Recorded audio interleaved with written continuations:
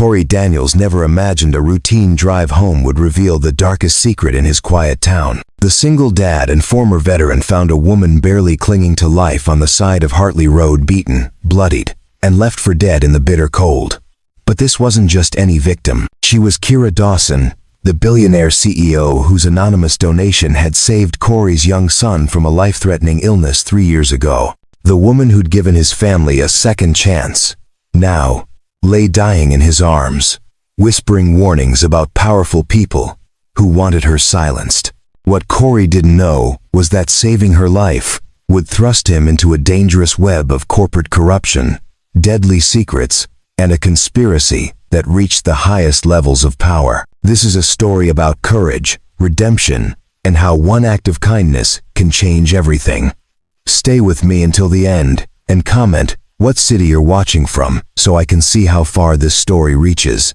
Before we jump back in, tell us where you're tuning in from, and if this story touches you, make sure you're subscribed because tomorrow, I've saved something extra special for you. The November rain came down in sheets across Route 47, turning the two-lane highway into a dark mirror that reflected nothing but Corey Daniels' headlights cutting through the storm. It was 11:42 p.m. on a Thursday night, and he was bone-tired from pulling a double shift at Brennan's Construction Supply. His hands still ached from loading pallets all day, and his lower back reminded him with every pothole that he wasn't 25 anymore. At 36, Corey had learned to push through the exhaustion. Single fathers didn't get the luxury of calling it quits when their bodies protested. His 7-year-old son Hunter was spending the night at his grandmother's house, which meant Corey had taken the late shift to bank some extra hours. Hunter's birthday was coming up in 2 weeks, and the kid had been dropping hints about a particular gaming console that cost more than Corey made in a week. The wipers beat a rhythmic pattern across the windshield of his 2005 Silverado as he navigated the winding road between Ashford and the smaller suburb of Millerton where he'd just finished his shift. This stretch of highway was notoriously empty after dark, cutting through farmland and patches of dense forest. Most people took the interstate, but Corey preferred this route. It shaved 15 minutes off his drive, and tonight, every minute mattered. He wanted to get home, shower off the day's grime, and maybe catch an hour of sleep before his alarm went off at 6. The rain intensified, and Corey leaned forward, squinting through the downpour. His high beams barely penetrated 20 feet ahead. He was thinking about whether he had enough coffee for the morning when something in the road caught his attention. At first, he thought it was a deer. The shape was wrong, though. Too angular, too still. His foot eased off the accelerator, and his heart rate kicked up a notch. As his headlights swept across the scene, Corey's breath caught in his throat. It was a person, a woman, lying motionless on the gravel shoulder, half hidden by the tall grass that bordered the road. Her body was twisted at an unnatural angle, one arm stretched out toward the asphalt as if reaching for help that had never come. "Jesus Christ," Corey muttered, slamming on the brakes. The truck fishtailed slightly on the wet pavement. Before jerking to a stop on the shoulder, he threw the transmission into park, grabbed his phone and the heavy-duty flashlight he kept under the passenger seat, and jumped out into the storm. The rain hit him like a physical force, instantly soaking through his work jacket. Thunder rumbled overhead as Corey ran toward the figure, his boots splashing through puddles. His flashlight beam bounced wildly, and as he got closer, the scene became horrifyingly clear. The woman lay crumpled against the metal guardrail like someone had thrown her from a moving vehicle. Her expensive-looking clothes were torn and muddy. A blouse that might have been cream-colored now streaked with dirt and what looked like blood. Her dark hair was matted to her face, and even in the dim light, Corey could see the bruises. Deep purple and black marks covered her face, her arms, everywhere. She wasn't wearing shoes. Her bare feet were cut and bleeding, as if she'd been running through rough terrain. "Ma'am," Corey called out, dropping to his knees beside her. His hands shook as he checked for a pulse. "Ma'am, can you hear me?" For a terrible moment, he thought she was dead. Then he felt it, a weak, thready pulse beneath his fingers. She was alive, but barely. Hey, I'm here to help," Corey said, forcing his voice to stay calm, even though his heart was hammering against his ribs. I'm calling for help right now. Just hang on. He pulled out his phone and dialed 911 with trembling fingers. The woman's eyes suddenly fluttered open, and Corey jerked back in surprise. Her eyes were hazel, he noticed, even through the swelling and pain etched across her face. They locked onto him with an intensity that made him forget to breathe. The 911 operator answered. 911, what's your emergency? I'm on Route 47, about 8 miles north of Ashford, Corey said quickly, his words tumbling out. I found a woman on the side of the road. She's hurt bad, really bad. Looks like she was beaten. She's conscious, but barely. I need an ambulance right now. Is she breathing normally? Yeah, but she's freezing. She's soaked from the rain. Corey was already shrugging out of his work jacket, draping it over the woman's shivering body. She was ice cold to the touch. How long had she been out here in this storm? Can you tell if she has any major injuries? Any bleeding? Corey scanned her body with his flashlight. Blood, yes. A lot of it. But he couldn't tell where it was all coming from in the darkness and rain. Her head, definitely. Her hands were scraped raw. Her side, maybe. The fabric of her blouse was torn there, darker with what could be blood or just rain-soaked cloth. Head wound for sure. Hands are cut up. Maybe her ribs. I can't tell. There's too much blood. His voice cracked. Please. Just send someone. Fast. Help is on the way. Sir. Stay with her. Keep her warm if you can. Can you ask her name? Corey looked down at the woman. Her eyes were closing again. Hey. Stay with me. Don't close your eyes. What's your name? Can you tell me your name? The woman's lips moved, but no sound came out at first. Corey leaned closer, his ear near her mouth.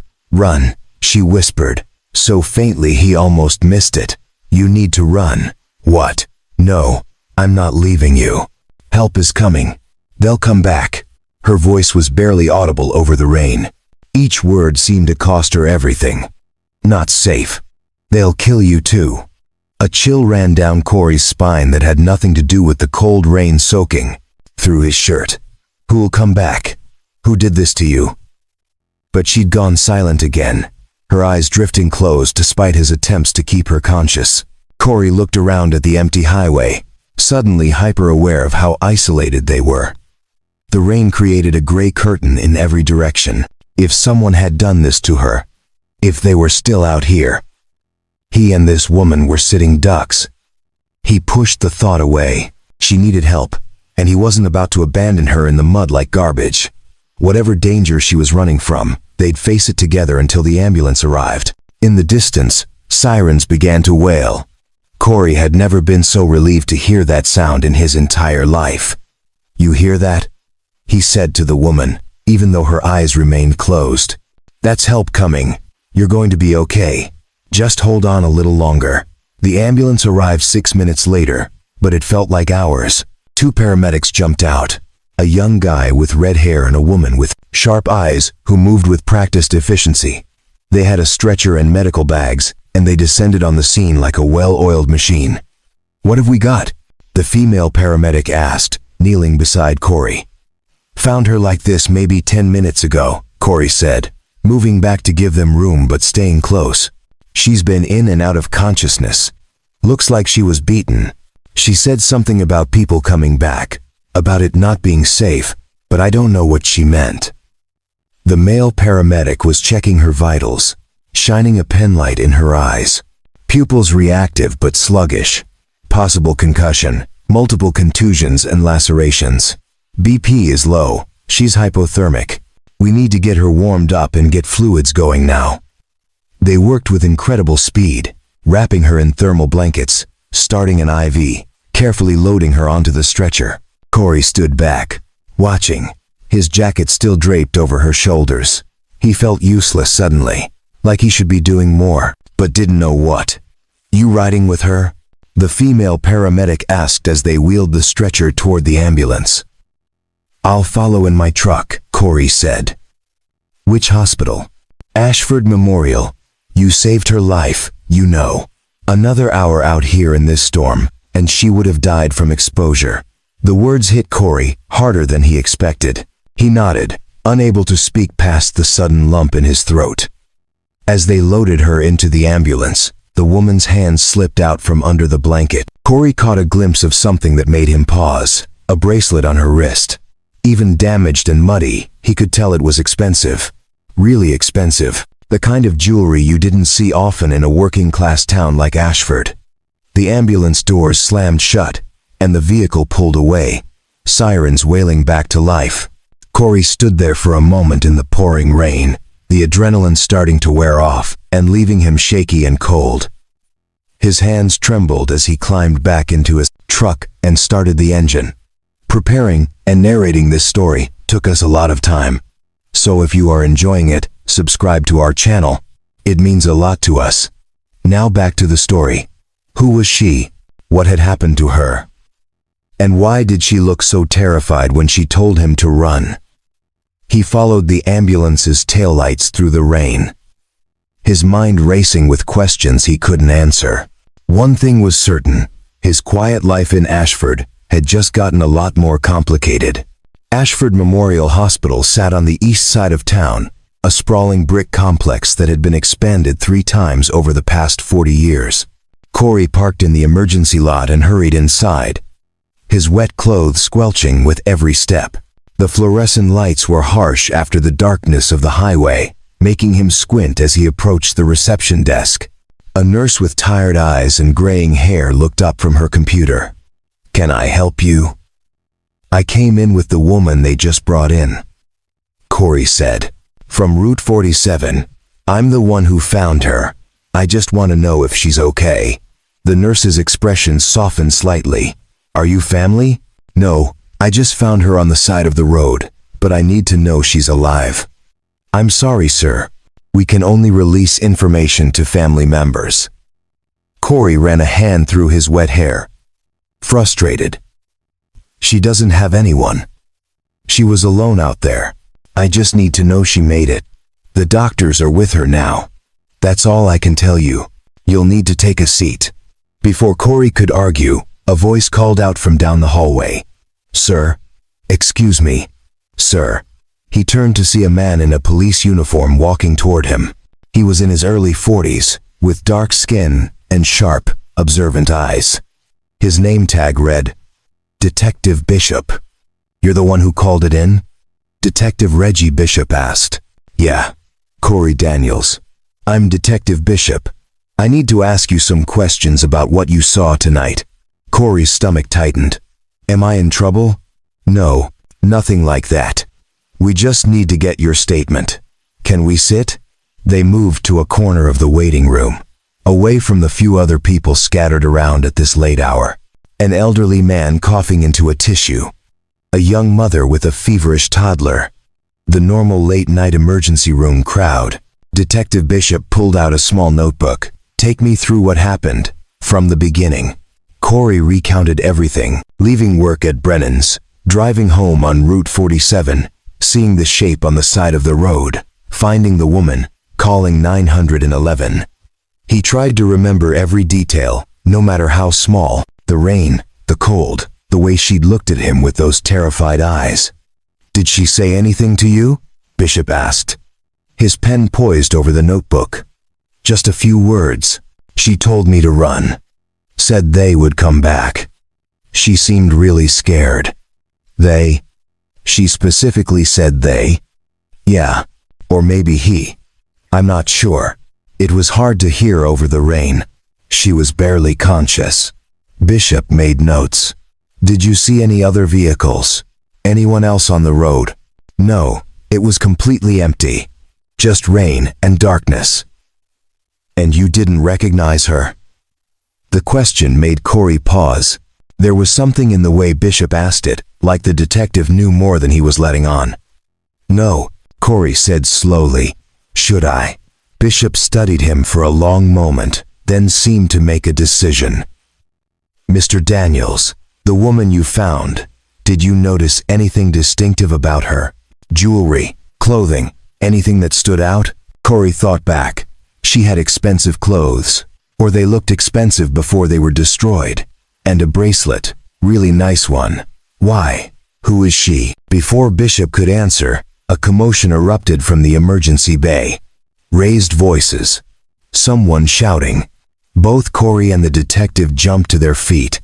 A man in an expensive three-piece suit was arguing with the ER staff, his voice echoing through the hallway. He was in his early 50s with silver-gray hair slicked back and a face flushed red with anger. "I demand to see her right now," the man was saying. "Do you have any idea who I am? Who she is?" "Sir, you need to calm down," a nurse was saying. "We can't let anyone back there right now." "The hell you can't. I'm her business partner. Check your records. I'm her emergency contact." Detective Bishop moved quickly toward the scene, and Corey followed. As they got closer, Corey got a better look at the man. Everything about him screamed wealth and power.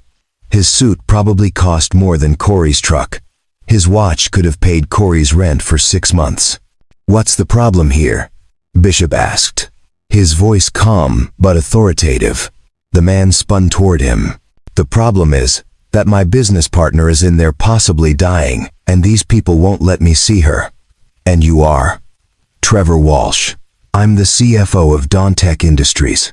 The woman they brought in is Kira Dawson, our CEO." The name hit Corey like a punch to the gut. Kira Dawson. He stumbled back a step, his mind reeling. It couldn't be. It couldn't be her. "Mr. Daniels, you okay?" Bishop was looking at him with concern. Corey's mouth had gone dry. "Kira Dawson," he repeated hoarsely. "Are you sure?" "Of course I'm sure." Walsh snapped. "I've worked with her for 12 years. Now, are you going to let me see her or not?" But Corey wasn't listening anymore. His mind had gone back 4 years, to the worst period of his life. His son Hunter had been diagnosed with a rare heart defect. The surgery he needed was experimental, not covered by insurance. The cost was astronomical. More than Corey could ever hope to afford. He'd sold everything he owned, taken out loans he had no way of repaying, started a fundraiser online that barely made a dent. They were weeks away from losing all hope when a miracle happened. An anonymous donor paid the entire bill, every cent. The hospital forwarded him a letter afterward, typed on expensive letterhead from Dantech Industries. "Every person deserves a chance at a healthy life. I believe your son deserves that chance. Please accept this gift and know that some stranger out there is rooting for your family. Take care of that brave young man. KD." Corey had kept that letter. He'd read it so many times the paper had started to wear at the folds. It lived in his wallet, a reminder that good people existed in the world. That when everything seemed darkest, sometimes light broke through in unexpected ways. KD, Kira Dawson. The stranger who'd saved his son's life was the broken, bloodied woman he'd just found dying on Route 47. "Oh my God," Corey breathed. Detective Bishop touched Corey's arm. "Mr. Daniels, do you know her?" "Not personally," Corey managed, his voice cracking. "But 4 years ago, she saved my son's life. Hunter had a heart defect. Needed surgery we couldn't afford. Dantech Industries, Kira Dawson's company, they paid for everything. Anonymous donation. I never knew who KD was until right now." Bishop's eyes widened slightly. Behind them, Trevor Walsh had stopped arguing with the nurses and was staring at Corey with an expression that was hard to read. Surprise? Guilt? Something else? "Kira did that," Walsh said quietly. His anger seemed to have evaporated, replaced by something that almost looked like shame. Before anyone could respond, a doctor emerged from the emergency bay. She was a tall woman with graying temples and exhausted eyes, her scrub stained with blood. "Family for Kira Dawson? That's me," Walsh said immediately, pushing forward. "How is she?" The doctor glanced at Detective Bishop, who nodded. "She's stable for now. Multiple contusions, severe concussion, 4 broken ribs, and significant lacerations to her hands and feet. She's severely dehydrated and hypothermic. We're warming her slowly and getting fluids in. She's lucky to be alive. Can I see her? 5 minutes. She needs rest. I'll need to speak with you after, Mr. Walsh. Bishop said, "Don't go anywhere." Walsh nodded curtly and followed the doctor through the double doors. Corey stood there feeling lost and overwhelmed. The adrenaline had completely drained away, leaving him hollow and shaky. Detective Bishop turned to him. "Mr. Daniels, I need you to understand something. What happened to Kira Dawson tonight wasn't random. This was targeted. Professional. Someone wanted her dead. Why? That's what we're trying to figure out." Bishop pulled out a business card. "I'm going to ask you to be careful. You're a witness now. You found her. You might have seen something without realizing it. If anyone contacts you, anyone asks questions about tonight, you call me immediately. Understand?" Corey took the card with numb fingers. "You think I'm in danger? I think you should be cautious. That's all." Bishop's expression softened. "You did a good thing tonight. You saved her life. But now I need you to go home. Get some rest. And keep your eyes open. Can you do that?" Corey nodded slowly, though his legs felt like they might give out at any moment. After Bishop walked away to coordinate with other officers who'd arrived, Corey stood alone in the waiting room. He should go home. Hunter was safe at his grandmother's house. There was nothing more Corey could do here. But he couldn't make his feet move. The woman who'd saved his son was fighting for her life in an emergency room, and he was the one who'd found her. The coincidence felt too huge to be random. What were the odds? In a metropolitan area of over 200,000 people, on a random Thursday night, on a stretch of highway he only took because it saved 15 minutes, he'd found the one person in the world he owed everything to. "Mr. Daniels?" He turned to find a nurse standing beside him. Not the one from reception, but a younger woman with kind eyes. "Yes?" Detective Bishop said, "You're the one who found Miss Dawson. She's asking for you." Corey's heart jumped. "She is?" "She's very weak, but she was insistent. Said she needed to thank the man who stopped." 5 minutes. "Okay, she really needs to rest." Corey followed the nurse through the double doors into the emergency wing. The sterile smell of antiseptic hit him immediately. They passed several curtained-off areas before stopping at one near the end. "Remember, just 5 minutes," the nurse said gently before pulling back the curtain. Kira Dawson lay in the hospital bed, small and fragile-looking under white sheets. Monitors beeped softly, tracking her heart rate and oxygen levels. Her face was still swollen and bruised, but someone had cleaned away the blood and bandaged the worst of her wounds. An IV ran into her arm, and her eyes were half closed. "Miss Dawson," Corey said quietly, stepping closer. "I don't know if you remember me. I'm Corey Daniels. I'm the one who found you tonight." Her eyes shifted toward him slowly, focusing with obvious effort. For a long moment, she just stared at him. Then her cracked lips moved. "You stayed." The words were so faint Corey had to lean in to hear them. "Yeah, I stayed. I couldn't just leave you there." A single tear rolled down Kira's bruised cheek. "Thank you." "No," Corey said, his own voice thick with emotion. "Thank you. 4 years ago, you saved my son's life. Hunter had a heart defect. Your company. You paid for his surgery. When we had nothing left, I got a letter signed KD. I didn't know it was you until tonight, but I've carried that letter in my wallet every day since. You gave my son a chance at life. So, thank you. Thank you for that." Kira's eyes widened, recognition flickering through the pain. "Hunter," she whispered. "Heart surgery. Experimental procedure." Corey was shocked. She remembered. Out of what must have been hundreds or thousands of people Dawn Tech had helped over the years, she remembered his son. "Yes, he's 8 now, healthy and happy and alive because of you." More tears now. streaming silently down her face. "I'm so glad," she breathed. "So glad he's okay." "Who did this to you?" Corey asked gently. "The police are looking, but they need to know who to look for." Kira's expression changed. Fear flashed in her eyes. She tried to shake her head but winced at the movement. "Can't," she whispered. "Too dangerous. They'll come after you." "I'm not scared." "You should be." Her hand moved weakly on the blanket, reaching toward him. Corey took it carefully, mindful of her injuries. "Trevor, my partner, he's been stealing millions. I found out. He tried to kill me." Corey's blood ran cold. Trevor Walsh. The man who'd been demanding to see her. The man who was probably in this room with her right now. Does Detective Bishop know? Can't prove it.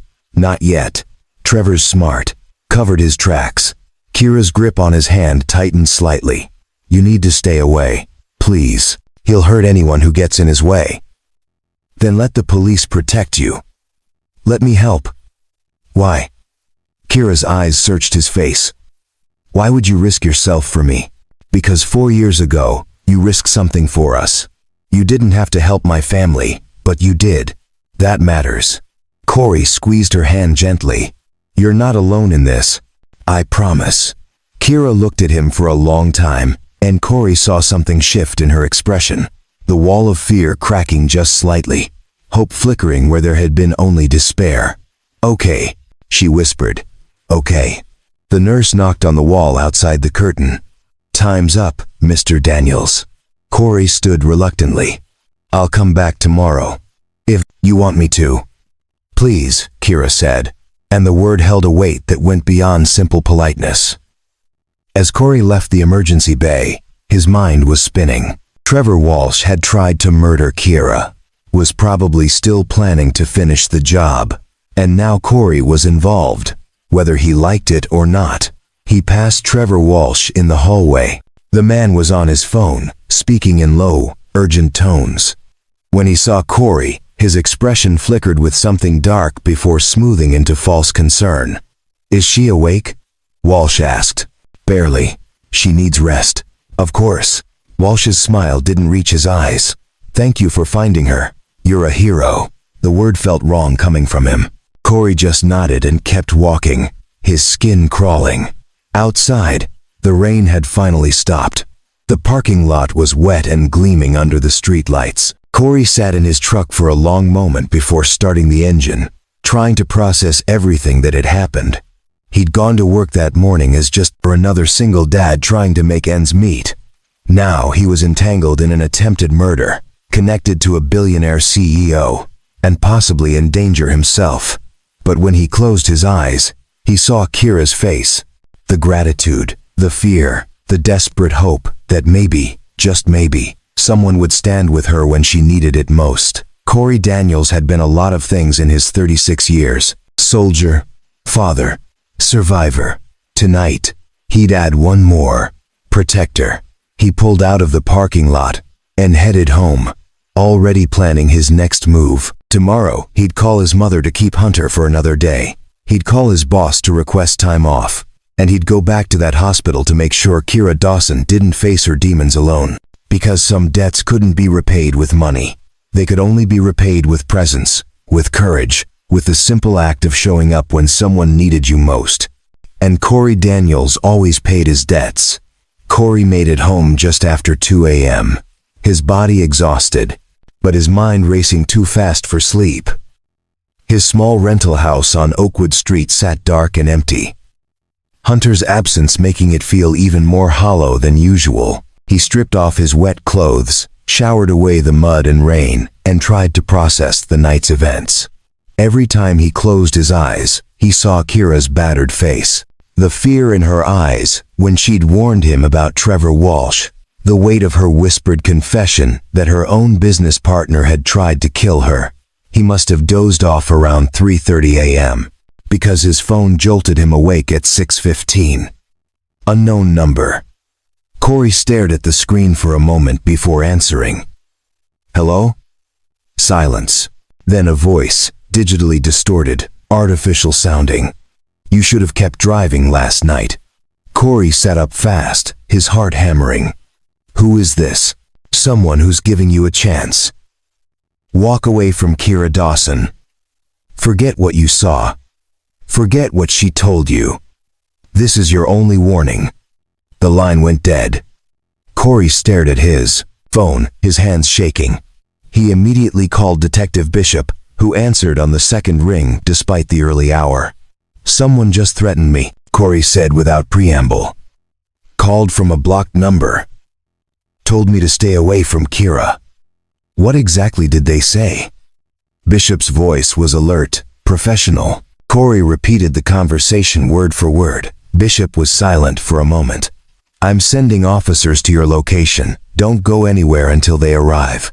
Where's your son? At my mother's house in Parkdale. About 20 minutes from here. Good. Keep him there for now. I'll have patrol units swing by to check on them. Bishop paused. Mr. Daniels, I need you to understand how serious this is. Whoever went after Kira Dawson has resources, money, connections. They're watching you now. Then we need to stop them before they hurt anyone else. We will, but you need to let law enforcement handle this. After hanging up, Corey called his mother. Patricia Daniels answered, groggily. Corey, it's 6 in the morning. Is everything okay? Mom, I need you to keep Hunter with you for a few more days. Don't take him anywhere public. Don't let him leave the house. What's going on? You're scaring me. Corey had never been good at lying to his mother. He gave her the abbreviated version. Found an injured woman.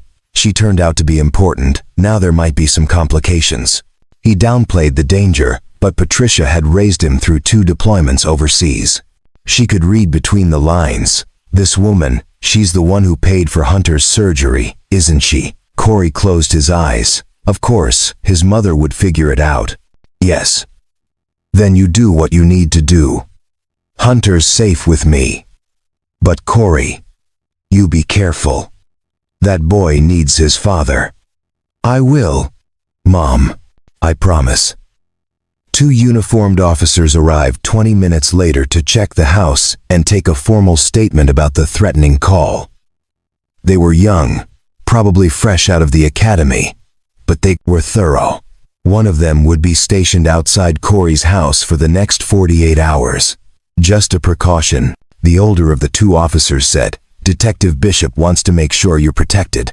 Corey called his supervisor at Brennan's Construction Supply, a gruff man named Sam Brennan, who'd hired Corey straight out of the service 6 years ago. Sam, I need to take some time off. Personal emergency. Everything okay with Hunter? Hunter's fine. It's complicated. I can't really explain right now. Sam was quiet for a moment. How long you need? Maybe a week. I'm not sure yet. Take what you need. Your job will be here when you get back. The relief Corey felt was enormous. Thank you, Sam. I mean it. Just take care of whatever you need to take care of. And Daniels, whatever trouble you're in, you watch your back. By 9 a.m., Corey was back at Ashford Memorial. The day shift nurse at reception recognized him from the night before and waved him through without checking his credentials. The hospital was busier now. Doctors making rounds. Visitors arriving with flowers and get-well balloons. The uniformed officer stationed outside Kira's room checked Corey's ID before letting him enter. Inside, Kira was awake but looked exhausted. Someone had moved her to a private room with actual walls instead of curtains. She wore a hospital gown now, her dark hair pulled back, and the bruises on her face had deepened overnight into spectacular shades of purple and yellow.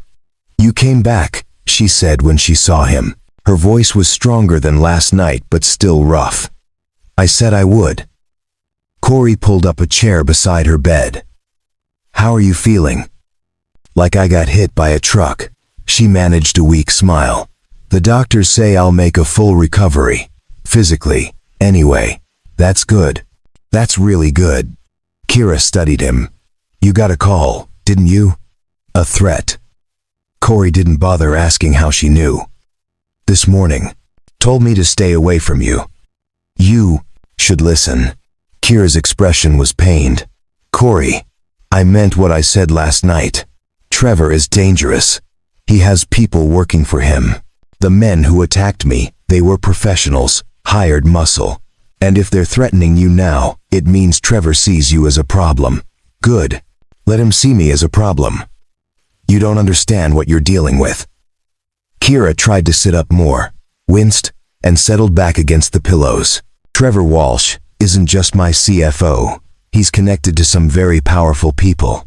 Politicians, business leaders, people who'd rather I disappeared than expose what he's been doing. The embezzlement goes deeper than I even realized. It's not millions, Corey. It's hundreds of millions. And there are others involved. Then we give that information to the police. Let them build a case. With what evidence? Trevor's been covering his tracks for years. The forensic accountants are still trying to untangle the web he created. Kira's hands clenched on a blanket. And in the meantime, he's out there. Free. Probably planning his next move. As if summoned by her words, there was a knock at the door. Detective Bishop entered, followed by a woman in an expensive suit carrying a briefcase. She was in her early 40s with sharp eyes and an air of competence. Miss Dawson, Mr. Daniels. Bishop greeted them. This is Sandra Pierce from the district attorney's office. She needs to ask you some questions. Pierce set her briefcase on the nearby table and pulled out a legal pad. Miss Dawson, I need you to walk me through everything that happened the night you were attacked. Every detail you can remember. For the next hour, Kira recounted her story. How she'd discovered discrepancies in Dontech's financial reports 3 weeks ago. How she'd hired a private forensic accountant to investigate. How she'd confronted Trevor in her office when the initial findings came back. He acted shocked, Kira said. Upset. He said there must be a mistake, that he'd look into it immediately. Then 2 days later, he called me. Said he'd found the source of the problem, that we needed to meet somewhere private to discuss it before bringing it to the board. He suggested an old warehouse complex on the east side of Ashford that Dontech used to own. Said he had documents there that would explain everything. And you went. Pierce's tone was neutral, but Corey could hear the unspoken judgment. Why would you walk into such an obvious trap? I thought I knew him. Kira's voice broke slightly. We'd worked together for 12 years. I trusted him. That was my mistake. She described arriving at the warehouse, finding Trevor waiting with 2 men she'd never seen before. They'd grabbed her immediately. Trevor had stood there watching while they beat her, demanding to know who else she'd told about the investigation. When she wouldn't answer, they'd beaten her more. Eventually, she'd passed out. I woke up in a car, Kira continued. Trunk, I think. It was dark, cramped. I could hear them talking in the front seat. They were arguing about where to dump me. I realized the trunk wasn't fully latched. When the car slowed down, I managed to kick it open and roll out onto the road. I ran. I don't even know how far. Through fields, across highways. I just kept running until I couldn't anymore. Then I collapsed, and the next thing I remember is Corey's face. Pierce made extensive notes. Did you see the men's faces? Could you identify them? Yes. I can describe them in detail. Good. We'll have you work with a sketch artist. Pierce turned to Corey. Mr. Daniels, you said you received a threatening call this morning. I'll need your phone records. We might be able to trace the number even if it was blocked. After Pierce and Bishop left to coordinate with other investigators, Corey and Kira sat in heavy silence. Through the window, morning sun streamed in, making the sterile hospital room feel slightly less oppressive. I'm scared, Kira admitted quietly. I've never been this scared in my life. Trevor knows I'm alive now. He knows I talked to the police. He's going to try again. Not while I'm here. Corey moved his chair closer. And not while there's a cop at your door. You're safe, Kira. I promise. She looked at him with those hazel eyes that held too much pain for one person. Why are you doing this? You don't owe me anything. Yes, I do. You saved my son's life. But more than that, you saved our future. Hunter gets to grow up, go to school, play baseball, be a normal kid, because of you. That's not a debt I can ever fully repay, but I can start by making sure you're safe." Kira reached out and took his hand. Her grip was weak but steady. "Thank you." They stayed like that for a while, hands joined, both of them knowing that the danger was far from over, but finding comfort in not facing it alone. 3 days passed in a blur of police interviews, medical examinations, and growing media attention. The story had broken. Tech CEO survives attempted murder. Reporters camped outside the hospital. Dawn Tech stock plummeted. The board of directors issued statements calling for calm, while privately scrambling to understand what had happened. And through it all, Trevor Walsh played his part perfectly. He gave tearful interviews expressing shock and concern for Kira. He pledged full cooperation with investigators. He even hired additional security for Dawn Tech's offices, claiming he wanted to protect the employees during this difficult time. Detective Bishop was frustrated. "We know he did it." Kira identified him as being present during the attack, but his lawyers have him locked down tight.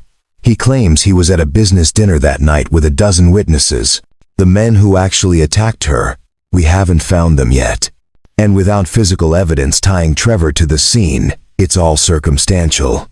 On the 4th day, Sandra Pierce from the DA's office came to Kira with a proposal. "We need you out of the hospital," she said bluntly. "It's too public, too many access points. Trevor Walsh has been making inquiries through his lawyers about visiting you. Technically, as your business partner, he has some standing. We can delay him, but not forever." "Where would I go?" Kira asked. "I can't go back to my apartment. Trevor has keys. He knows my routines, my security codes, everything. We have safe houses, witness protection protocols." "No." Kira shook her head. "If I disappear completely, Trevor wins. He gets to spin whatever narrative he wants about me being unstable or running away. I lose my company, my reputation, everything." Pierce looked at Detective Bishop, who'd been standing quietly by the door.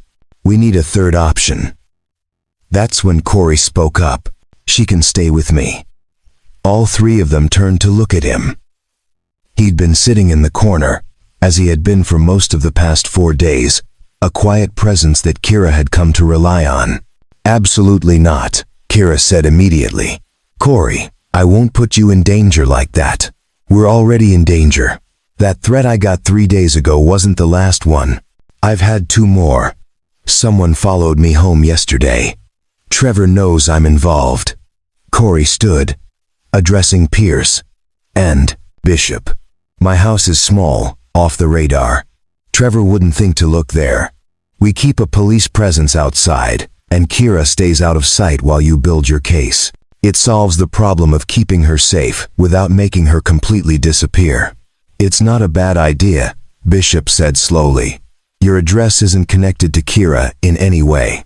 It's not in her files, not in any database that Trevor could access." "No," Kira insisted. "I won't do that to him.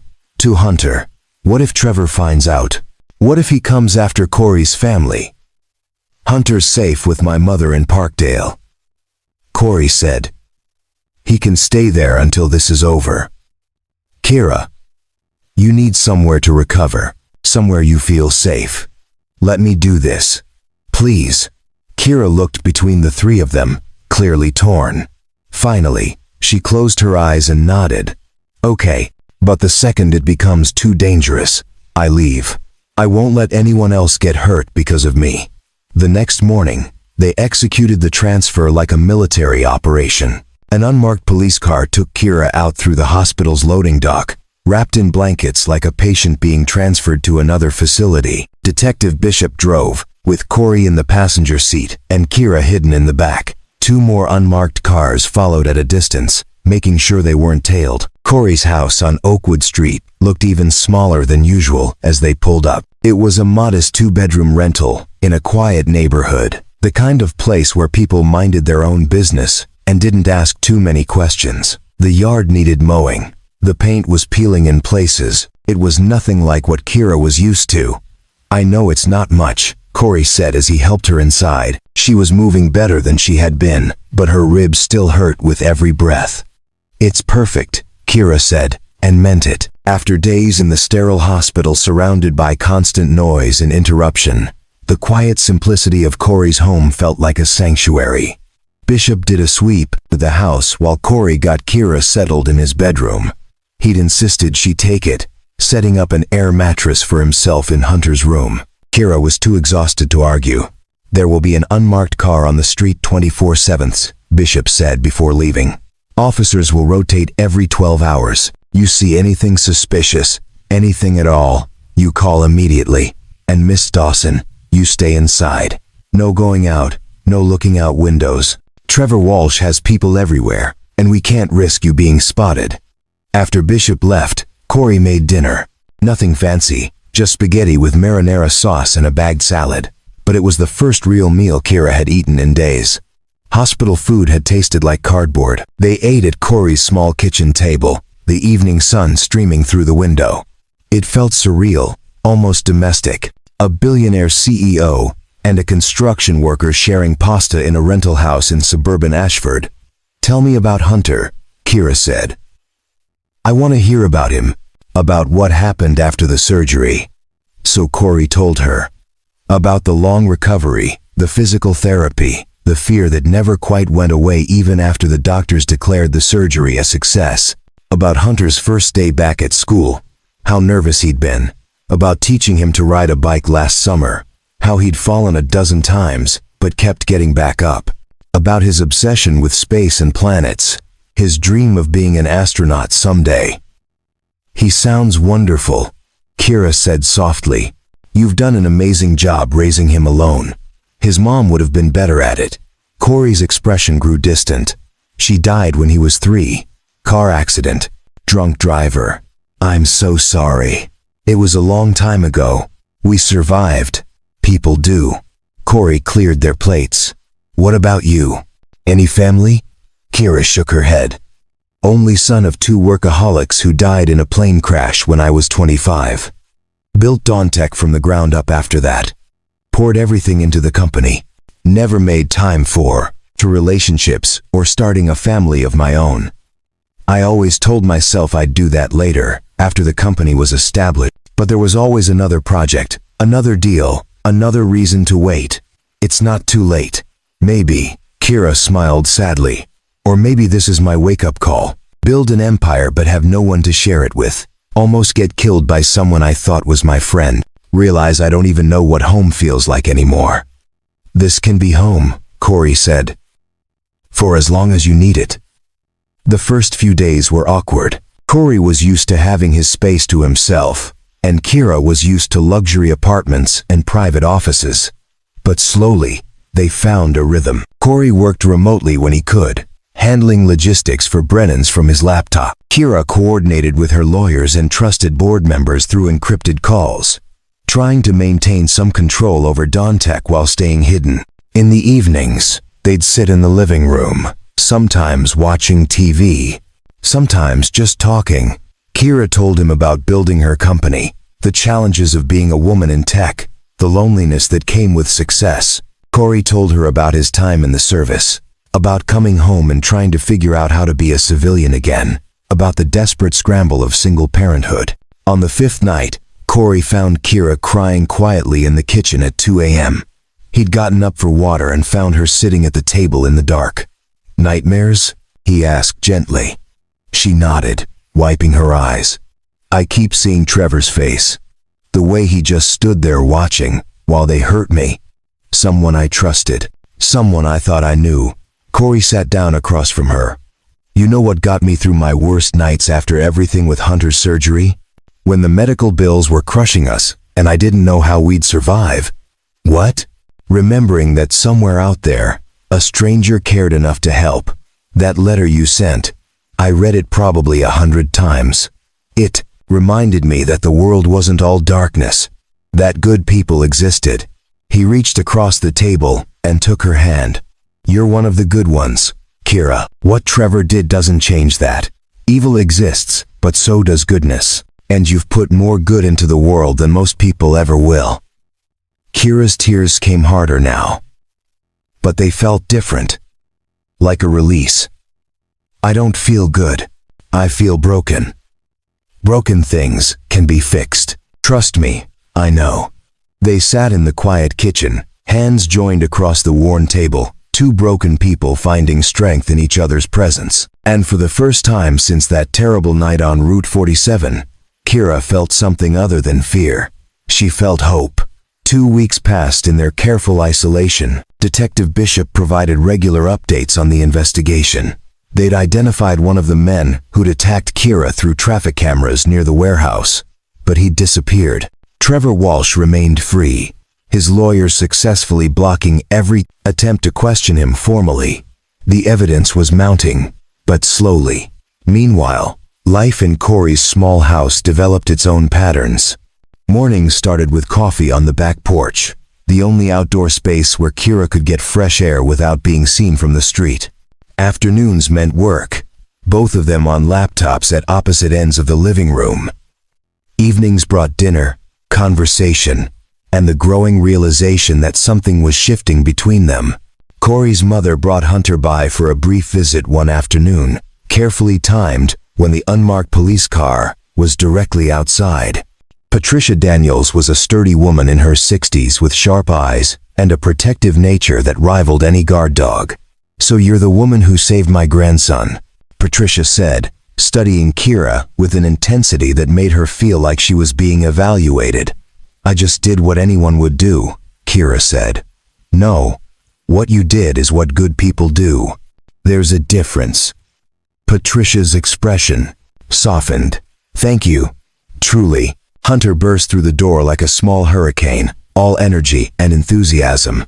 At 8 years old, he was all arms and legs and boundless curiosity. He stopped short when he saw Kira, his eyes going wide at the fading bruises still visible on her face. "Wow," he said. "You look like you were in a fight with a superhero." "Hunter," Corey said warningly. "No, it's okay." Kira smiled at the boy. "I was in a fight. The superhero won. Were you the superhero or the villain? I'm still trying to figure that out." Hunter considered this seriously, then nodded like it made perfect sense. "Dad says you're staying with us for a while because you need help. Are you sick? Is it your heart? I had heart surgery when I was little. I know you did. And no, my heart is fine. I just need somewhere safe to stay while some very smart people solve a problem for me.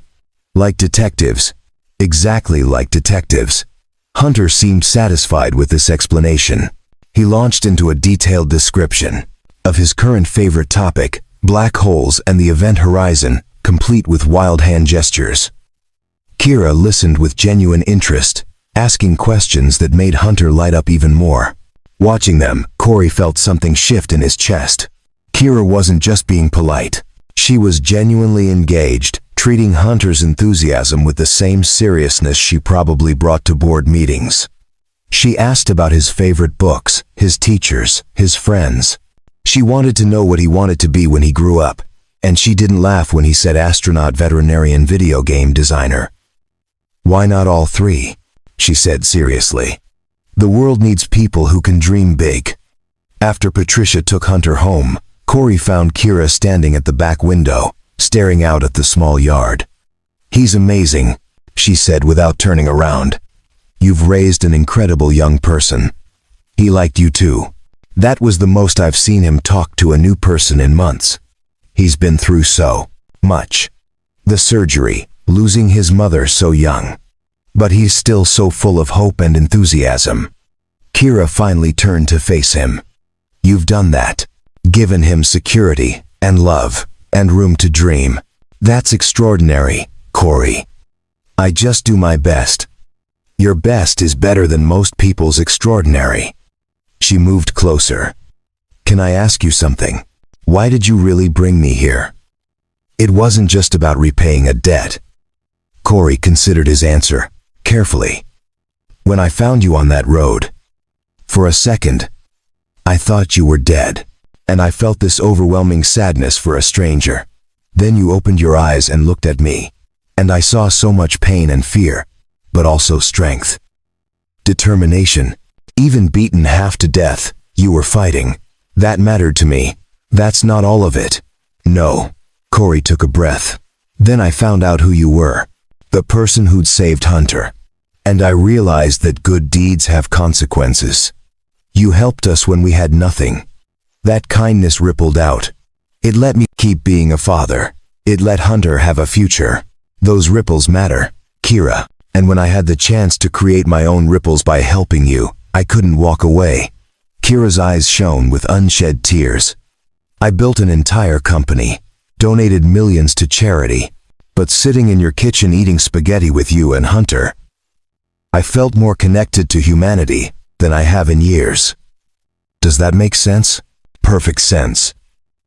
They were standing close now, close enough that Corey could see the gold flecks in her hazel eyes, close enough that he could feel the warmth radiating from her despite the careful distance they'd both been maintaining. Corey, Kira said softly, I think I'm developing feelings for you. Real feelings. And I don't know if that's appropriate or smart or even real, given the circumstances. Maybe it's just trauma bonding or gratitude or the intensity of everything that's happened. But I need you to know. Corey's heart was hammering. I've been having the same feelings and having the same doubts. But Kira, I don't think this is just circumstance. I think this is real. What do we do about it? Nothing. Not yet. Corey forced himself to step back, creating space between them. You're healing. You're in danger. Your life is chaos right now. We don't make decisions about feelings in the middle of chaos. That's very wise. I have my moments. He smiled. But when this is over, when Trevor is behind bars and you're safe and your life is yours again, we can revisit this conversation. Deal? Kira nodded, though her expression held disappointment and relief in equal measure. Deal. That night, unable to sleep, Corey sat in Hunter's room on the air mattress and thought about the impossible situation he'd found himself in. He was falling for a woman who lived in a completely different world.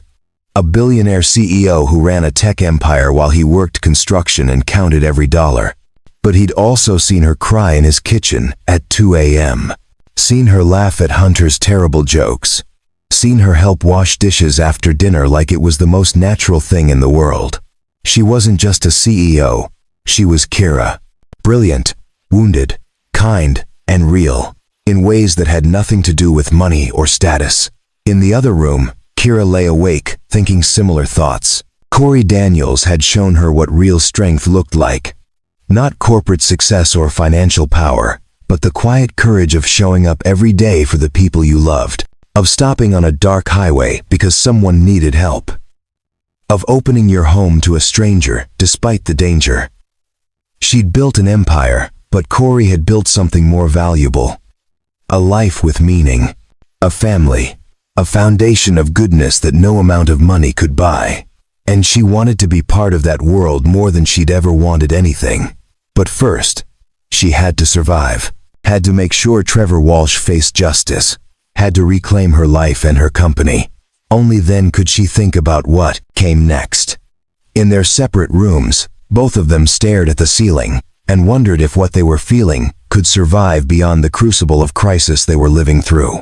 Tomorrow would bring new challenges, but tonight, in the safety of Corey's small house, they both allowed themselves to hope that maybe, just maybe, something beautiful could bloom from the ashes of tragedy. And hope, as they were both learning, was the most powerful force in the world.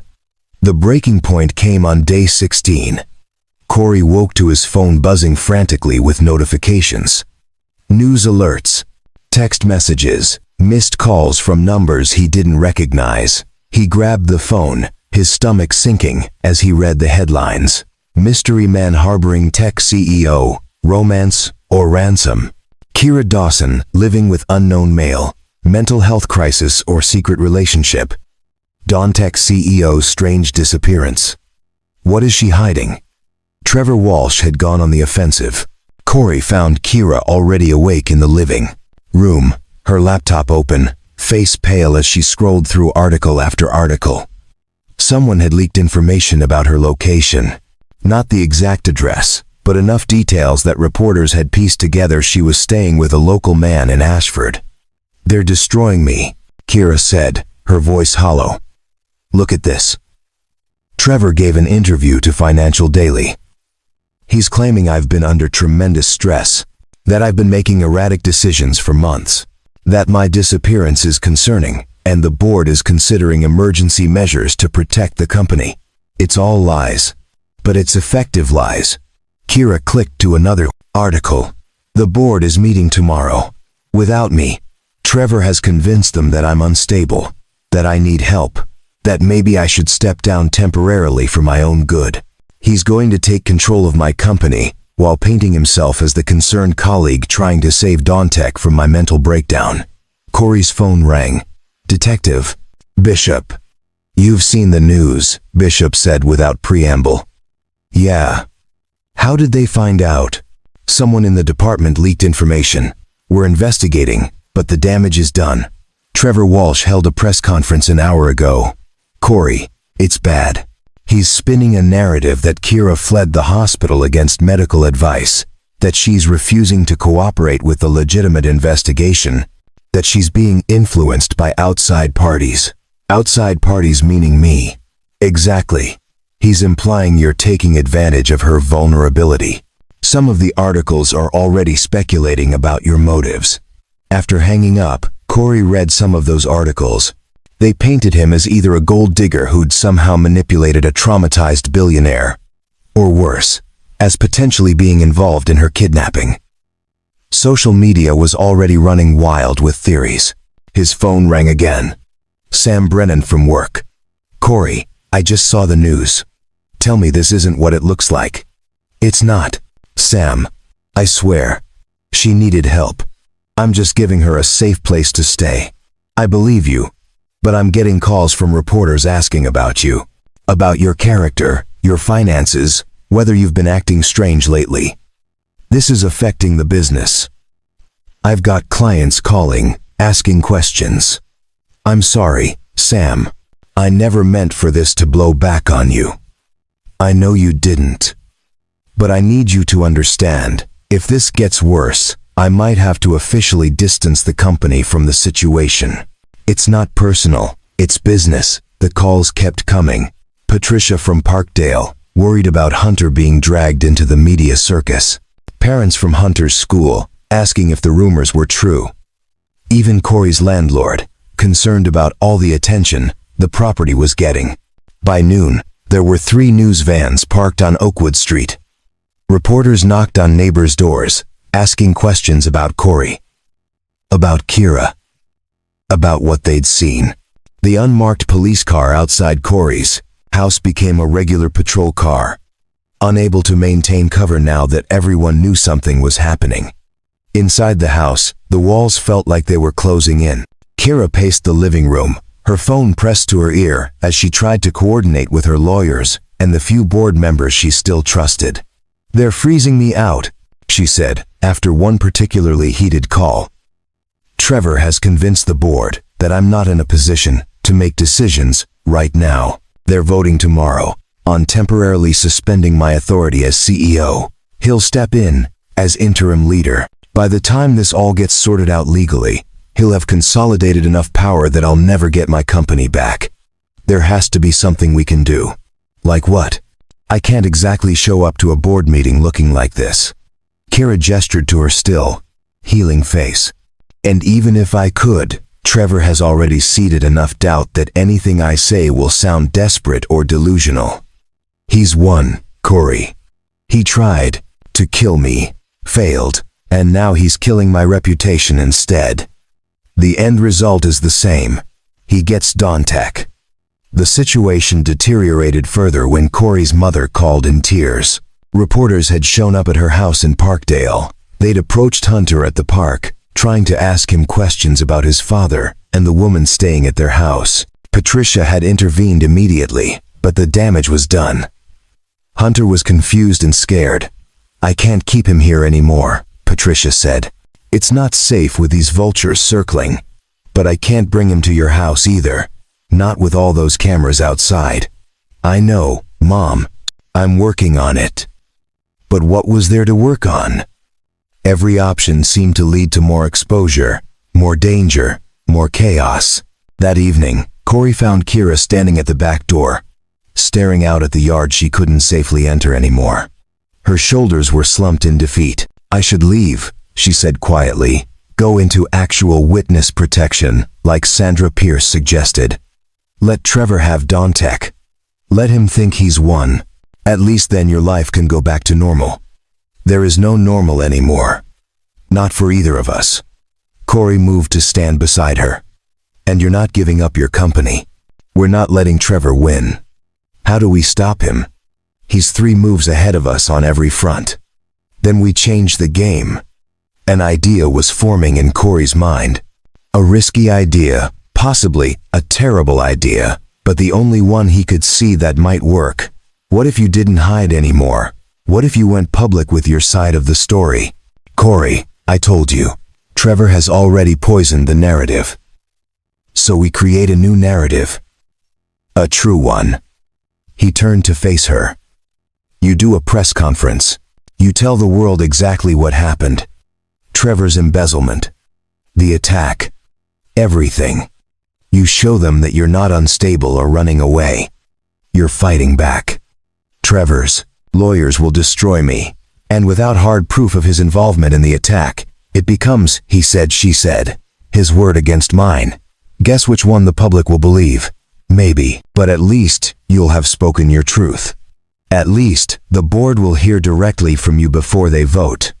And maybe, just maybe, it'll force Trevor to make a mistake. Criminals get nervous when their victims stop acting like victims.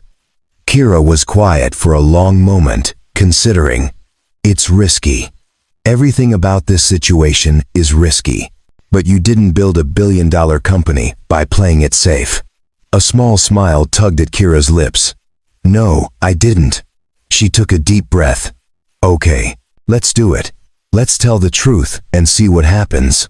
They spent the next 2 hours coordinating with Sandra Pierce and Detective Bishop. The DA's office was initially against the idea, worried it would compromise the investigation. But Bishop saw the strategic value. Trevor thinks he's controlling the narrative, Bishop said. A press conference catches him off guard, forces him to respond. And when people respond under pressure, they make mistakes. They scheduled the conference for the next morning at the Ashford Police Department. Neutral ground, official setting. Sandra Pierce would be present to make it clear this wasn't just a publicity stunt but part of an active investigation. That night, Corey helped Kira prepare her statement. She wrote and rewrote it a dozen times, trying to find the right balance between emotional truth and factual precision. Around midnight, she finally set down her pen. What if this makes everything worse? She asked. Then we deal with worse together. But Kira, you've spent 2 weeks hiding, letting Trevor control the story. Tomorrow, you take that power back. No matter what happens after, at least, you'll have stood up and fought. Kira reached across the table and took his hand. I couldn't do this without you. You know that, right? Whatever happens, tomorrow, whatever comes next, I need you to know that you saved me in every way a person can be saved. You saved yourself. I just gave you a place to do it from. They sat in the quiet kitchen, hands joined, both knowing that tomorrow would change everything again. But unlike that night on Route 47, this time Kira wasn't running. This time she was fighting back. And sometimes, Corey thought, that made all the difference. The Ashford Police Department's press room was packed by 10 a.m. Reporters from local and national outlets. Cameras. Microphones. The energy in the room was electric, everyone sensing they were about to witness something significant. Backstage, Kira stood in front of a mirror, studying her reflection. She'd done her best with makeup to cover the worst of the bruising, but you could still see it if you looked closely. Good, she thought. Let them see what Trevor did. She wore a simple gray suit that Sandra Pierce had brought her. Professional, but not ostentatious. Her dark hair was pulled back, no jewelry except for a simple watch.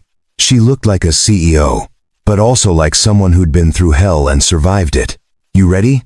Corey asked. He'd insisted on being there, despite Kira's protests that he'd already done enough. "No, but I'm doing it anyway." Detective Bishop gave them a 5-minute warning. Sandra Pierce went through the plan one more time. Kira would make her statement. Pierce would provide official context about the investigation. Then they'd take limited questions. Bishop's people had already screened the reporters, but there was no way to control what they'd ask. "Remember," Pierce said, "stick to the facts. Don't let emotion override the message, and if any question feels like a trap, defer to me." Kira nodded, her hands surprisingly steady. Months ago, a press conference would have been routine, but this was different. This time, she wasn't talking about quarterly earnings or product launches. She was fighting for her life and her company. They walked out together, Pierce and Bishop flanking Kira. The camera flashes were blinding. Questions shouted from every direction. But Kira kept her eyes forward, moving to the podium with as much confidence as she could muster. The room quieted as she adjusted the microphone. "My name is Kira Dawson," she began, her voice clear and strong. "I am the founder and CEO of Dawntech Industries. 3 weeks ago, I discovered evidence that my CFO, Trevor Walsh, had been systematically embezzling funds from the company for at least 2 years. When I confronted him with this evidence, he arranged to have me kidnapped, beaten, and left for dead on a rural highway outside the city." The room erupted, shouted questions, gasps of shock. Sandra Pierce stepped forward. "Please hold your questions until the end." Kira continued, describing the attack in clinical detail. The warehouse, the 2 hired men, Trevor standing by and watching. Her escape and desperate run through the darkness. Being found by Corey Daniels on Route 47. "I have been recovering from my injuries while working with law enforcement to build a case against Trevor Walsh. The narrative that I am mentally unstable, or that my disappearance was voluntary, is a calculated lie designed to discredit me, while Mr. Walsh attempts to take control of Dawntech. I am here today to state unequivocally that I am of sound mind, that the allegations against Trevor Walsh are true and supported by evidence, and that I will not allow a criminal to destroy the company I built, or harm anyone else in his attempt to avoid justice." She paused, looking directly into the cameras. "Trevor, I know you're watching this. You tried to kill me because I discovered your crimes. But I survived. And now everyone knows what you are. The embezzlement investigation is ongoing. The attempted murder case is being built. Your days of hiding behind expensive suits and fake concern are over." The press conference continued for another 20 minutes. Sandra Pierce outlined the investigation status without revealing sensitive details. Detective Bishop confirmed that Trevor Walsh was a person of interest in the attack. Reporters asked predictable questions about the evidence. The timeline, Kira's relationship with Corey. "Mr. Daniels is a good Samaritan who found me when I was dying and gave me a safe place to recover," Kira said firmly. "Any suggestion that there's anything improper about our relationship is insulting to a man who showed extraordinary kindness with no expectation of reward. He saved my life. I will be forever grateful to him." After the conference, Kira was whisked away for more meetings with her lawyers and the Dawntech board members who'd remained loyal. The press conference had done exactly what they'd hoped. It had forced the board to pause their vote on suspending her authority. They couldn't move forward now without hearing her side directly.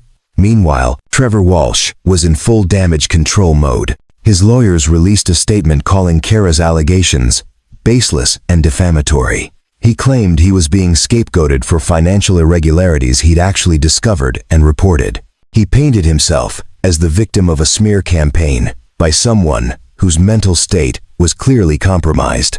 But cracks were forming in his facade. 2 members of the board, who'd been supporting Trevor, suddenly requested emergency meetings with Kira's lawyers. One of the men who'd attacked Kira was identified through traffic cameras and arrested in a neighboring state. When offered a plea deal, he started talking. His name is Vincent Cross. Detective Bishop told them 3 days after the press conference. Career criminal, hired muscle. And he's willing to testify that Trevor Walsh paid him $50,000 to eliminate you. He kept text messages, financial records, everything we need. The case against Trevor was no longer circumstantial. It was ironclad. 4 days later, Detective Bishop and a team of officers arrived at Trevor Walsh's estate in the wealthy Lakewood Heights neighborhood. They had a warrant for his arrest on charges of attempted murder, conspiracy to commit murder, embezzlement, and fraud.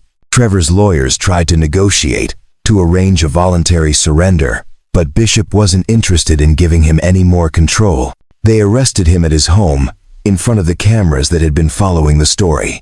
The footage of Trevor Walsh being led away in handcuffs made national news.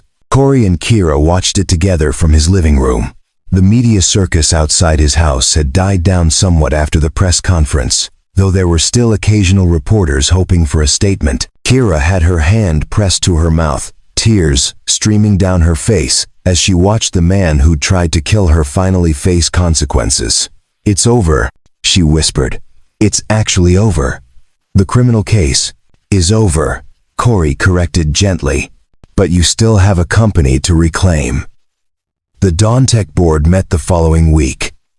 This time, Kira attended via secure video link. Still not ready to return to Seattle in person. She presented the forensic accounting evidence, showed the paper trail of Trevor's embezzlement, and outlined her plan to restructure the company's financial oversight to prevent anything like this from happening again. The vote was unanimous. Trevor Walsh was removed as CFO.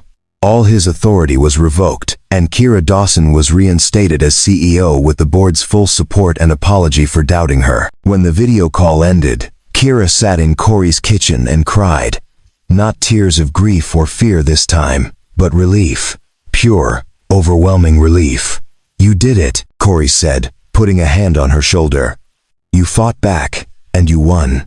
"We did it," Kira corrected. "I couldn't have survived this without you." Outside, autumn was giving way to early winter. The trees on Oakwood Street were mostly bare now. Thanksgiving was approaching, and for the first time in weeks, both Kira and Corey could think about the future without fear clouding everything.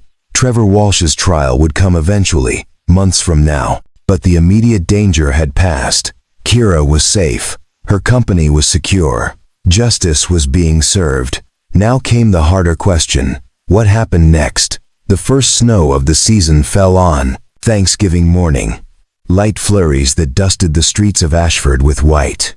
Corey stood at his kitchen window, watching Hunter play in the yard. His son had been back home for a week now, the media attention having finally died down enough that life could return to something approaching normal. Except normal didn't exist anymore. Not really. Kira had been staying with them for almost a month now. Her physical injuries had healed. The bruises had faded to yellow and then to nothing. Her ribs no longer hurt when she breathed. She was healthy again, strong again. Which meant it was time to make decisions about the future. She emerged from the bedroom, dressed in jeans and a sweater Corey had bought her during one of his careful shopping trips to avoid photographers. She looked different from the broken woman he'd found on Route 47, different even from the powerful CEO in those press photos. She looked real, present, happy in a way that had nothing to do with stock prices or board meetings. "Hunter's excited about today," Kira said, moving to stand beside Corey at the window. "He's been telling me for a week about his grandmother's famous stuffing. Mom's Thanksgiving dinners are legendary. She goes all out." Corey glanced at her. "You're still okay with coming? I know meeting the extended family might be overwhelming." "Are you kidding? I'm thrilled. I can't remember the last time I celebrated Thanksgiving with actual people instead of reviewing quarterly projections alone in my apartment." She paused. "Although I should probably warn you that your family is going to ask questions about us, about what we are." There it was. The question they'd been dancing around for weeks. What were they? "What do you want to tell them?" Corey asked. "I don't know." "What do you want us to be?" Before Corey could answer, Hunter burst through the back door in a flurry of snow and excitement. "Dad, Kira, come look, I made a snow angel." They bundled up and went outside, admiring Hunter's creation and helping him make several more. For a perfect half hour, nothing else mattered except cold air, laughter, and the simple joy of playing in the first snow. Later, at Patricia's house in Parkdale, the Daniels family gathered in full force, Corey's two sisters with their families, his aunt and uncle, various cousins. The house was warm and loud and filled with the smell of roasting turkey and all the traditional fixings. Patricia pulled Corey aside while Kira was helping Hunter set the table. "She's lovely," his mother said. "Really lovely. But Corey, what happens when she goes back to Seattle? Back to her real life?" "I don't know, Mom." "Does she know? Have you two actually talked about what comes next?" "Not really. We've been too focused on just surviving." Patricia squeezed his hand. "Well, it's time to talk about more than surviving. That woman looks at you like you hung the moon, and you look at her the same way. But you live in different worlds. You need to figure out if those worlds can coexist before someone gets hurt." The Thanksgiving meal was everything Hunter had promised. Patricia's famous stuffing, perfectly roasted turkey, mashed potatoes, 3 types of pie. Everyone crowded around the extended table, passing dishes and sharing stories. Kira fit in seamlessly, asking questions, laughing at jokes, treating everyone with genuine warmth. After dinner, while the adults lingered over coffee and pie, Hunter pulled Kira aside. "Can I ask you something?" "Of course." "Are you going to leave? Go back to your company and your big house?" Kira knelt down to Hunter's level. "I do have to go back to Seattle eventually. My company needs me. But what about us? What about Dad? What about your dad?" Hunter's expression was serious beyond his 8 years. "He likes you. Really likes you. And you like him too. I can tell. So why can't you just stay here?" "It's more complicated than that, sweetie. Grown-ups always say, things are complicated. But they're not. If you like each other and we're happy when you're here, then you should stay. Or we should come with you. That's not complicated. That's just deciding what's important." Out of the mouths of 8-year-olds, Kira thought, "You're pretty smart, you know that?" "I know." Hunter grinned. "So are you staying or what?"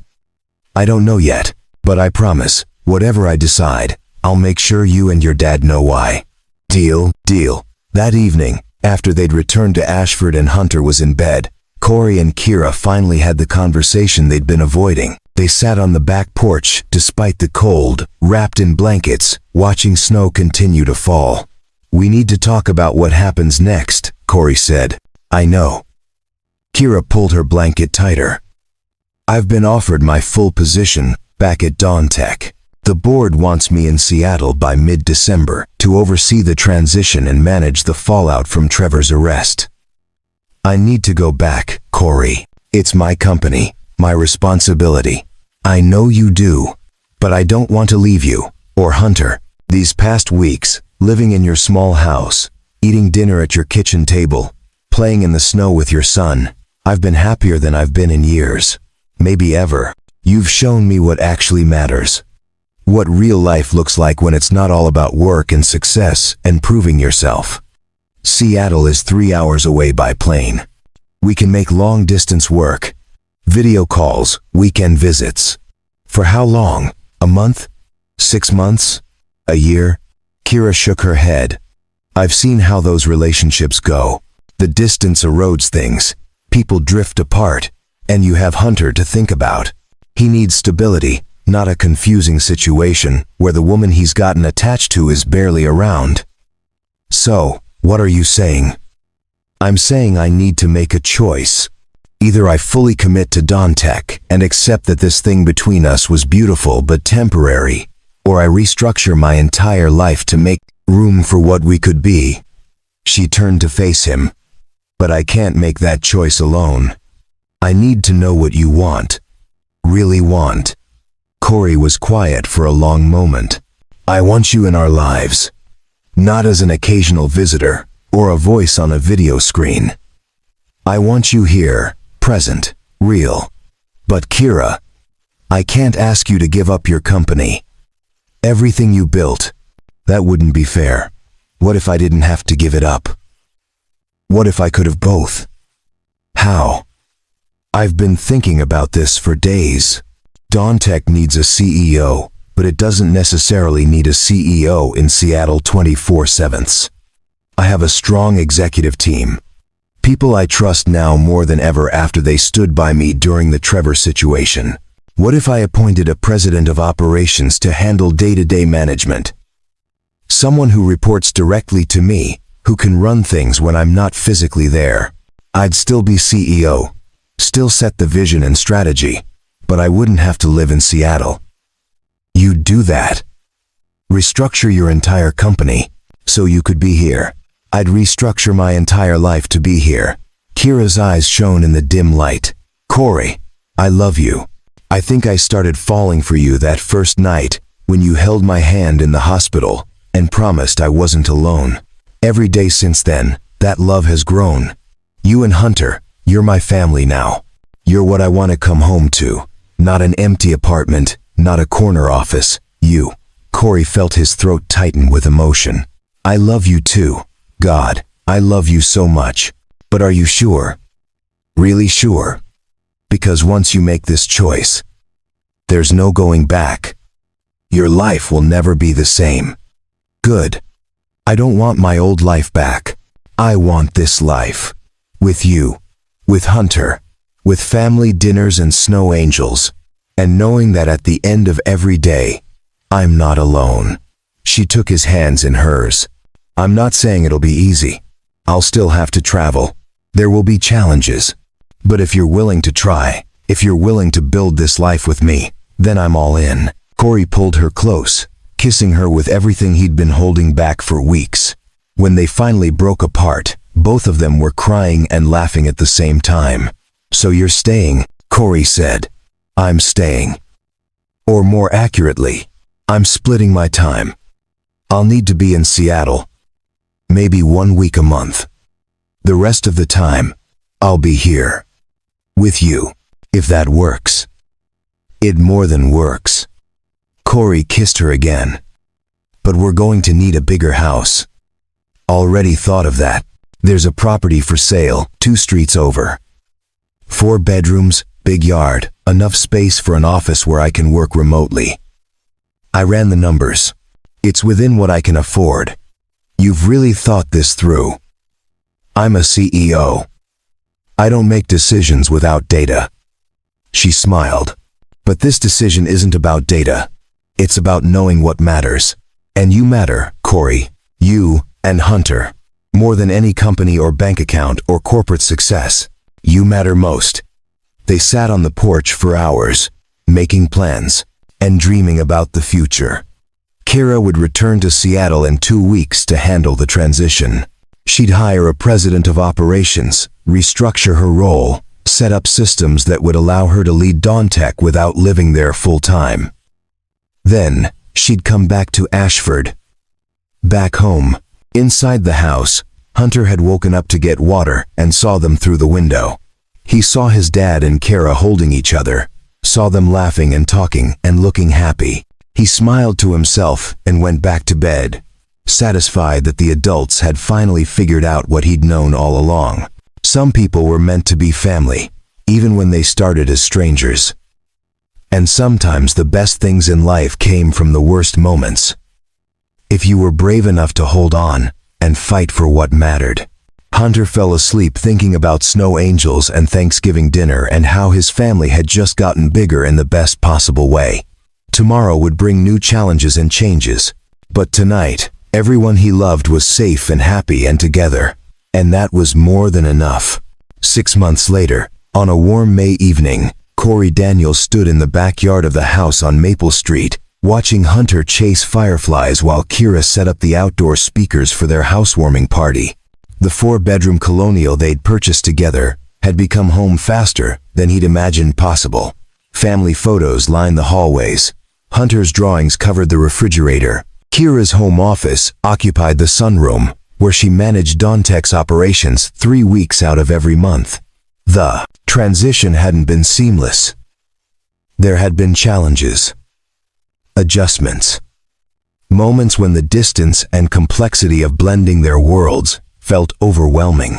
But they'd worked through each obstacle together, building something stronger with every compromise and conversation. Trevor Walsh's trial had concluded in March. Guilty. On all counts, he'd received 25 years without possibility of parole. Kira had testified, her voice steady and clear as she recounted every detail of his betrayal and the attack. When the verdict was read, she'd squeezed Corey's hand and finally let go of the last remnants of fear she'd been carrying. Dawn-Tech was thriving under the new structure. Kira's hand-picked president of operations, a brilliant woman named Dr. Sarah Kim, handled daily management while Kira focused on strategy and vision. The company's stock had recovered and then exceeded its previous highs. Investors appreciated the transparency and accountability that came with the new leadership structure.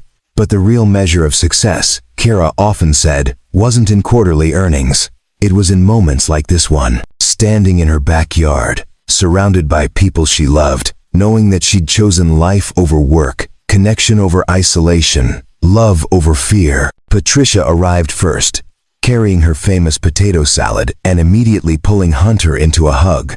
Corey's sisters followed with their families. Sam Brennan from the construction company, who'd become a good friend. Detective Bishop and his wife, Sandra Pierce from the DA's office. Even some of Kira's colleagues from Dawn-Tech, who'd flown in from Seattle for the celebration. As the sun set in the party filled with laughter and conversation, Corey found himself thinking about that night on Route 47, how close he'd come to driving past, how easily he could have been 5 minutes earlier or later, missing Kira entirely, how one decision to stop, to help, to care about a stranger had transformed everything. Hunter appeared at his side, holding a firefly carefully cupped in his hands. "Dad, look, I caught one." "That's great, buddy. What are you going to do with it?" "Let it go. Kira says that's what you do with beautiful things. You appreciate them, and then set them free so they can keep being beautiful for other people." Corey smiled, recognizing Kira's philosophy in his son's words. "She's pretty smart. You're Kira, Mom." "I know." Hunter opened his hands and watched the firefly float away, its light blinking in the darkness. "Dad, do you ever think about what would have happened if you hadn't found her that night?" "All the time." "Me too. I think maybe we were supposed to find each other. Like the universe knew we all needed to be a family." Before Corey could respond, Kira appeared, sliding her arm around his waist. "What are my two favorite people talking about?" "Destiny," Hunter said seriously, "and fireflies. Two of my favorite topics." Kira kissed the top of Hunter's head. "Why don't you go show your cousins how to catch them?" As Hunter ran off, Kira and Corey stood together, watching their family and friends fill the yard with warmth and joy. "Can you believe it's only been 6 months?" Kira asked. "It feels like we've been doing this forever. The good kind of forever. The best kind." She turned to face him. "I have something to tell you. The board met yesterday. They've approved a new initiative I've been working on. We're starting a foundation specifically for families facing medical emergencies. Full funding for procedures, no questions asked, no repayment required. We're calling it the Second Chances Foundation." Corey's eyes filled with tears. "Kira, that's incredible.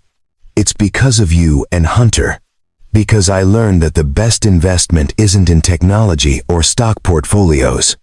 It's in people, in giving them the chance to build lives worth living." She took his hands. "Every family we help, that's your legacy too. Because you stopped that night. Because you chose compassion over convenience. Because you showed me what really matters." Around them, the party continued. Patricia was teaching Kira's Seattle colleagues how to play a card game.